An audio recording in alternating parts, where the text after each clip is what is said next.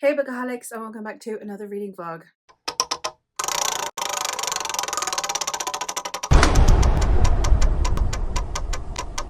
In today's reading vlog, we are once again doing my spinner wheel. My spinner wheel is there for the purpose of randomizing my TBR so that I don't actually have to think about what I'm reading. I do them by theme, and of course with June being a Pride month, this one is Pride themed, i.e. all of the books in here either feature a prominent queer character or are by a queer author, if not both. And I will go through the wheel and then we will see what I end up spinning. So let's get a closer look. So the wheel, as usual, has 3 pots at the bottom here. So we have my out of my comfort zone reads, my comfort zone reads, and then series. They are symbolized on here with my out of my comfort zone reads being the books and the phone and the calendar. Then we have the coffee and the marshmallows for my comfort zone. And then there's only one series one on here because I can't read more than one series in a week. The series options in here, there are only 2 options and they are both duologies because again, I'm trying to read these all in 1 week. So let's give this one a spin and see how we go. Out of my comfort zone. What could be in here? Okay, we have A Rival Most Vile by R.K. Ashwick. All right, let's chat about that. A Rival Most Vile is a queer male-male romance that I believe is set in either the Edwardian or Regency era. I'm not sure how far into the century we are, but I am very excited to give this one a go. I don't know a huge amount about it. I just know that it's fantasy romance and again, Regency inspired, which given that I am also low-key in the background participating throughout the entire month in June Austen, which is where I'm reading through all of Jane Austen's works, I feel like this is fitting. It's a good book choice for this prompt. So I will start that, and once I have made some progress in it, I will check in and let you know some thoughts. Hey vlog! So I am now halfway through A Rival Most Vile. It is Tuesday, and I am not having the best time with it. It's cozy fantasy, and it's the kind of cozy fantasy that I don't like. I don't like cozy fantasy that is like a contemporary in a fantasy setting. So I like cozy fantasy like Miss Percy, for example, that I really like. For me, when it's the same story that you would normally get in a contemporary, I either feel like the fantasy gets in the way and I just want the contemporary story, or that there's not enough fantasy for me to grasp onto. And those are the only alternatives I usually feel. I felt the same way about Legends and Lattes and I ended up DNFing it. This one, I think, at least at the moment, I'm not hating it enough to DNF, and because I'm in a kind of funky mood, I feel like it's possible that it's me as well. I'm not rooting for anyone, I think is the main thing, which in a romance is somewhat essential. In this story, we are following 2 characters with Ambrose and Eli. Ambrose is a half-elf who has been running an apothecary, a like potion shop. And then this charismatic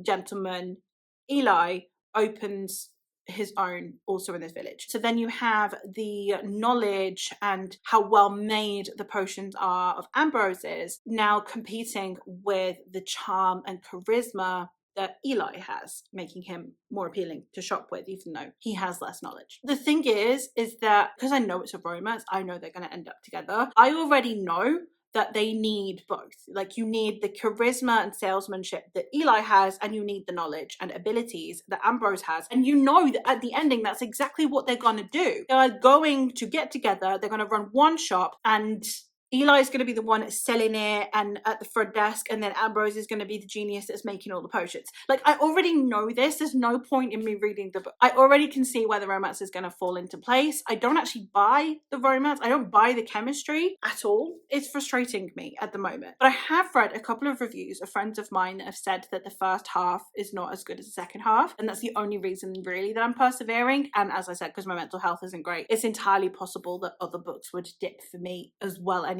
So I'd rather not push this mood onto another book needlessly. But yeah, I'm having an odd experience with this book at the moment. So hopefully I will be able to read the second half, enjoy it more, and then finish this book and spin again. So those are my thoughts. Not very long, but thoughts nonetheless. Hey vlog, we're back here because I have finished A Rival Most Vile, and I ended up giving it like a low 3-star. It'd be like a 2.75 I suppose if I did half stars, quarter stars, all of that jazz. The first half, I really did just push through. I did kind of make myself read this book. Not for any huge flaws in it either. Like, the book is doing exactly what I set out to do, and it does it well. It's just not a genre that I like. The latter half did improve.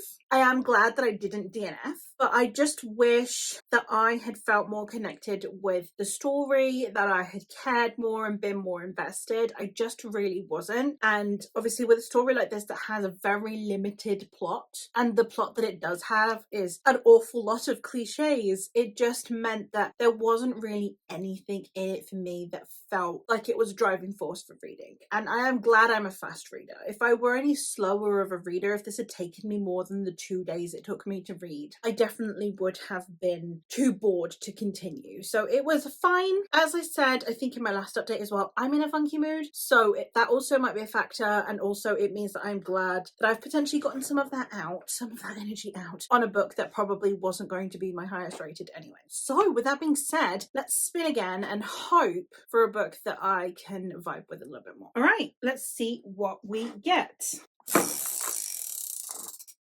Oh god, I got series. Why do I always get series? Every spinner, there is one series option on the whole wheel. Good god. All right, we've got The Serpent Gates by A.K. Larkwood. Right, let's go get that. Weirdly enough, this series has been displaced on my shelves for a little bit because I keep not knowing if I want to put it on my mythology shelf or my fantasy shelf. And there was a moment there where there was a bit of a tight squeeze on the fantasy shelf before I filmed some TBRs, and it had to come off, and now there's room again, but I didn't bother putting it back on just in case it came up for the spinner wheel. So I guess I kind of manifested this one accidentally by moving it around for most of May. It's just been moving around the whole room for most of May because it's the only one that I have that could potentially go on either shelf. And I also have another one. I also have the Joanne M. Harris one, the Loki ones that could have gone on the mythology shelf, but these are slightly chunkier, so I thought it would work better. And I've brought this on myself. This is a duology. It's a decently sized duology, and it consists of The Unspoken Name and The Thousand Eyes. It's a Norse-inspired one. I can't remember the synopsis, so I'm going to read it, and it says, what if you knew how and when you would die? Solway was raised by a death cult steeped in old magic, and on her 14th birthday, she is destined to climb a mountain to sacrifice to the Unspoken One's shrine. Yet even as she prepares for death, a sorcerer offers her a new fate. Leave with him and live, turn away from her destiny and her god and become his thief, spy, and assassin. Together they could topple an empire and help him re-establish control. However, Solway will discover that gods remember. She may learn to live on a knife edge, gaining skills and power, but friends can turn to traitors. And if you live long enough, all debts become due. I'm very excited for this one. I know that it is Norse inspired, and I know that we have a orc as one, if not the protagonist. I don't know if it's Solway or the love interest, and I know that it's sapphic. Always here for some sapphic fantasy, so I am excited to get into these. I will probably, since it's a series, I will probably update halfway through book one, the end of book one, and then maybe do the same with this one. It will depend on how much I can actually say, because obviously it's a sequel. So we'll see how I fare with these, but I am very, very excited to be getting to them. Hey vlog, checking in because I am now halfway through The Unspoken Name, and I am having so much of a better time than I thought I would be having with this. This is a story that I have heard slightly mixed reviews about, and then, you know, reading the back there where it's like thief, spy, assassin, I was worried a little bit that this would be Selena Sardosian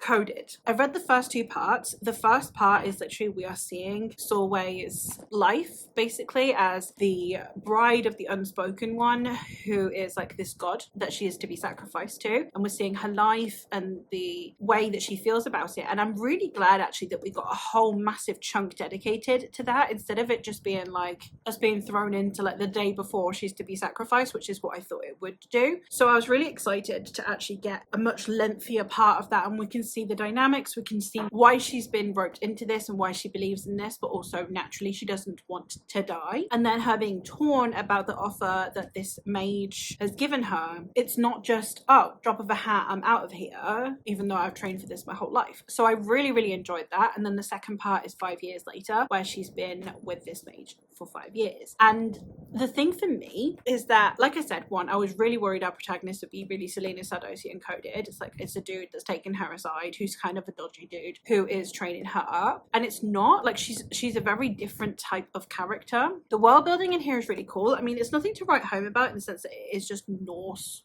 inspired, but the way that it's written is really exciting, and it makes for a really immersive experience, therefore a really enjoyable one. There's something about the writing style in this that I was a bit worried wouldn't necessarily be my thing. I'm loving it. I'm addicted. I'm absolutely addicted to it. Like I said, I got halfway through yesterday. Bear in mind that I am filming other vlogs alongside this. That's why this vlog is a bit slow, because I am trying to get my summer content done. So I've got other vlogs on the go for while I'm in the UK, and this one, and I read half of this book in a day because it was so addictive. I just sat here with Downton Abbey on in the background reading the heck out of this, and sometimes like I'd look up and be like, oh god, we're about to start a new episode, and I basically didn't watch the previous episode. I mean, I know this show like the back of my hand anyway, so it doesn't matter. It's just kind of background noise, but it's like, oh wow, that's been like an hour of me reading and I didn't notice. I can't really tell you much about the second part because obviously it's over 100 pages in by the time we start that, and I don't really like talking in depth about things that are too far into the book. But yeah, I'm really enjoying the character development because she still feels very true to herself, true to the character that we saw, while also having undergone development that we don't see that is happening off page over the 5 years. So I really think the author handled that really well as well. And I've been in like a really weird like slumpy mode. I don't slump in the traditional sense of like not wanting to read. I slump in terms of immersion and enjoyment. So I normally need sacrificial books or rereads or comfort reads during those times, because it'll be lucky if a book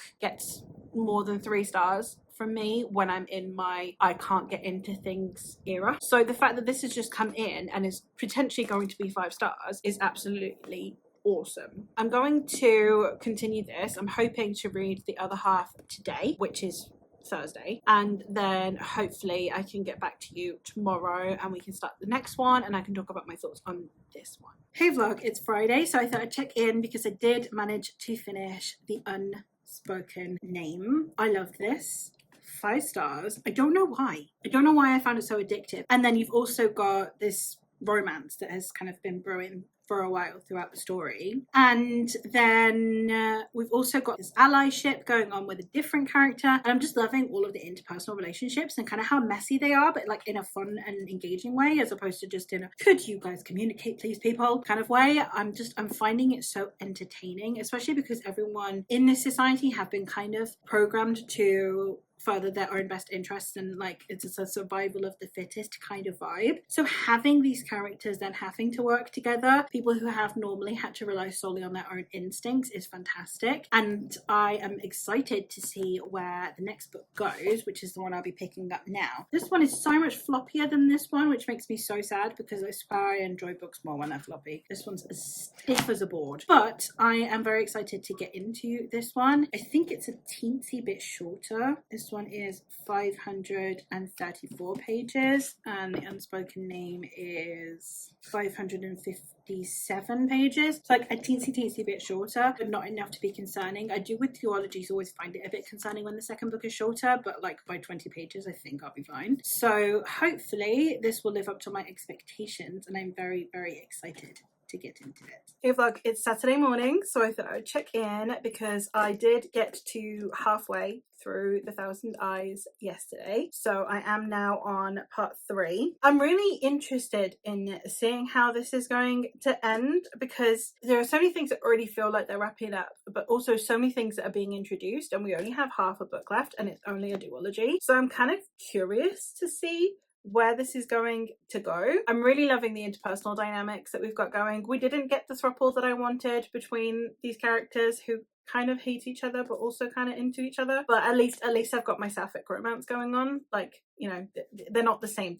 There's a kind of weird love triangle going on, and then there's this sapphic romance that we've got going on the other side, and I'm here for the sapphic romance. At least everything's a little bit messy with these characters. They're all a bit fucked up, and I don't know, I'm just having a really good time following these characters. So yeah, it's just a bingeable series. I'm so glad that I've finally found one where I'm like, I'm going to devour this, and that's exactly what is happening here. So hopefully this one pulls through and I love it just as much, and I can then rave about it hopefully this evening once I'm done. Hey vlog, so it's actually Sunday. I didn't check in yesterday. I didn't feel like I had made enough progress in the book to actually warrant checking in until late at night, so I'm checking in today. But I did finish The Thousand Eyes by A.K. Lockwood. I had a fantastic time with this book. It's got 0.5 less than The Unspoken Names, so it's got 4.5 instead of 5, solely on the basis that there was a little bit in the middle here that it felt like we were transitioning from wrapping up the plot of book one, or at least the threads that tethered book one to book two, and we were also setting up stuff for the second half, that the pacing just didn't quite keep me for, like, I don't know, 2 or 3 chapters or something there. I think it was the beginning of part 3 of this book that I was a bit like, oh, okay, and my interest waned a little bit. Hence why I think I read part 3 yesterday instead of part 3 and part 4. I finished part 4 today though, and I'm back to loving it, and I had an amazing time, and I loved this series. It was such a good series. I think that for me with this one, it was compulsively readable, it was really immersive, and it just exceeded all my expectations. I was expecting to have a decent time with it, but that was it. So I think me just falling absolutely in love with this, really immersed in the world, loving the characters, and just on a whole it becoming something that really swept me away was a fantastic experience. And I love it when I'm kind of caught by surprise in that way. So only 2 spins for this vlog, which is a shame, but it is what it is. It's one of those vlogs, and we move, you know.